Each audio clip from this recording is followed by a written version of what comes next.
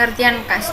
Pengertian kas adalah suatu aktiva perusahaan yang berbentuk uang tunai yang disimpan di perusahaan ataupun di bank yang bisa dimanfaatkan atau dipergunakan sebagai pendanaan umum perusahaan.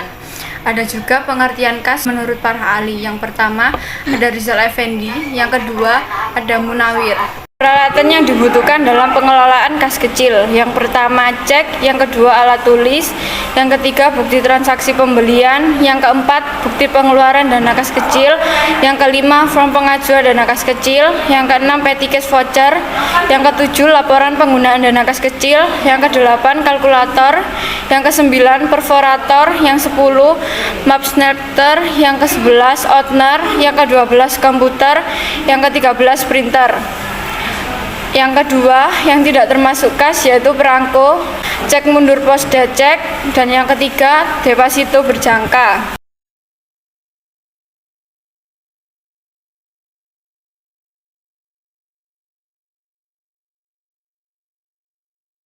Pengertian kas kecil. Kas kecil adalah dana yang digunakan untuk biaya operasional perusahaan maupun hal lainnya, sifatnya mendadak dan jumlahnya tidak benar. Karakteristik kas kecil. Yang pertama, pemegang kas kecil dalam perusahaan disebut sebagai pengelola kas kecil.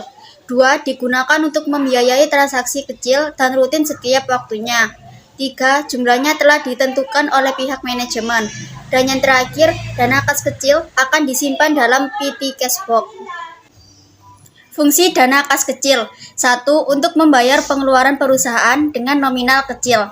Yang kedua, sebagai dana talangan untuk membayar pengeluaran yang bersifat mendadak.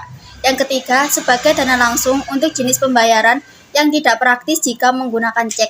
Dan yang terakhir, untuk mempercepat proses pembayaran yang tidak praktis jika menggunakan lampiran keuangan yang perlu ditandatangani direktur terlebih dahulu.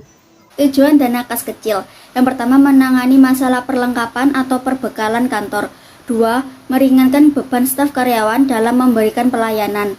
Yang ketiga, menghindari cara pembayaran yang tidak ekonomis atas pengeluaran yang jumlahnya relatif kecil.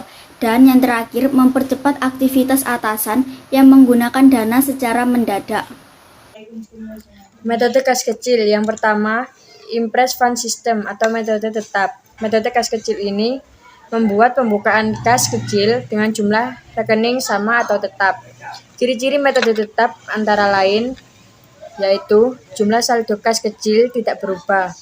Yang kedua, setiap pengeluaran kas kecil tidak dicatat. Ia hanya mengumpulkan bukti transaksi dari pengeluaran tersebut. Yang kedua, Fluctuating Fund System atau metode berubah-ubah. Metode kas kecil satu ini melakukan pengisian dan pengendalian jumlah dana kas secara berubah-ubah atau sesuai dengan kebutuhan. Komponen dalam kas kecil yaitu ada cek, permintaan pengeluaran kas kecil, bukti pengeluaran kas kecil, penerimaan kas yang diterima dari bendahara, dan permintaan pengisian kembali kas kecil. Manfaat kas kecil yaitu ada mendanai pengeluaran pimpinan yang jumlahnya relatif kecil. Yang kedua, pemantauan dan pelacakan lebih mudah. Dan yang ketiga, pembayaran relatif praktis dalam sebuah transaksi. Selanjutnya adalah cara mengelola kas kecil. Yang pertama yaitu 1. Menetapkan batas saldo kas kecil. 2. Menentukan pengolah kas kecil. 3. Pengisian kembali terhadap kas kecil sesuai dengan batas saldo yang telah ditetapkan. Yang keempat yaitu penggunaan kas kecil. Berikutnya adalah kriteria bagi seorang pengelola kas kecil. Yang pertama yaitu 1. Mampu menguasai dasar-dasar akuntansi. 2. Mampu menangani pembelian dalam jumlah kecil. 3. Dapat bersikap konsisten, jujur, dan dapat melakukan pekerjaan yang memerlukan penggunaan spreadsheet sederhana seperti Excel.